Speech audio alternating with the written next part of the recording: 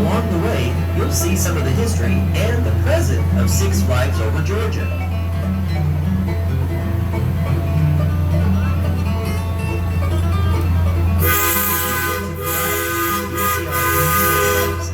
And many of our team members who work at the park each day to provide you and your families a fun and memorable experience.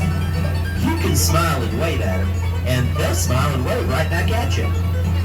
If you look to the left, some of you might remember these yellow and black bumper stickers that many cars sported when they pulled out of the parking lot after a day at the park. The rules required that one leaves their sun visor down if they did not wish to have a bumper sticker placed on their car. Any automobiles with their sun visors up were fair game. Also, on the left is the Delaware Mine Train, which was the nearest thing to a roller coaster at Six Flags Over Georgia for the first 6 years. The Dahlonega Mine Train continues to operate in the same spot today as it did on opening day in 1967. Look to your right and you'll see what was once the location of a rodeo, and the Dodge City Bumper Cars is now home to the Justice League Battle for Metropolis ride. On the Justice League Battle for Metropolis ride, you can join Superman, Batman, Wonder Woman, and the citizens of Metropolis. As we pass the Hall of Justice, the area of the park we are entering was called the Cotton States Exposition when this area of the park opened in 1973. The Cotton States Exposition was modeled after an actual World's Fair type exposition that had been held in Atlanta in 1895.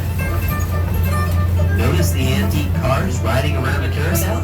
The Hanson cars, as we call them, are one of the longest surviving rides from the park's original 1967 lineup. Off of the right-hand side of the train, you'll see what was, when it opened in 1973, the centerpiece of the Cotton States Exposition area of the park, the Great American Scream Machine. This red, white, and blue-painted wooden roller coaster stands 105 feet tall at its peak, travels 57 miles per hour at its fastest point, and required 750,000 board feet of lumber in construction. We're now headed to the Wickskillet section of the park. Wickskillet was the first section of the park to be added outside of the circle formed by the Six Flags Over Georgia railroad track. Wickskillet was named after an actual coal mining community in Georgia that became to be known as Adamsville.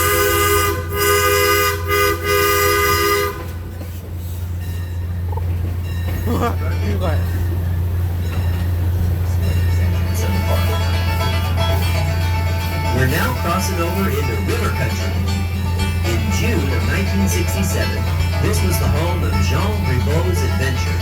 All along the banks of the man-made river were animated figures acting out some of the key events of early Georgia history, as well as depicting the many dangers faced by early explorers of the region.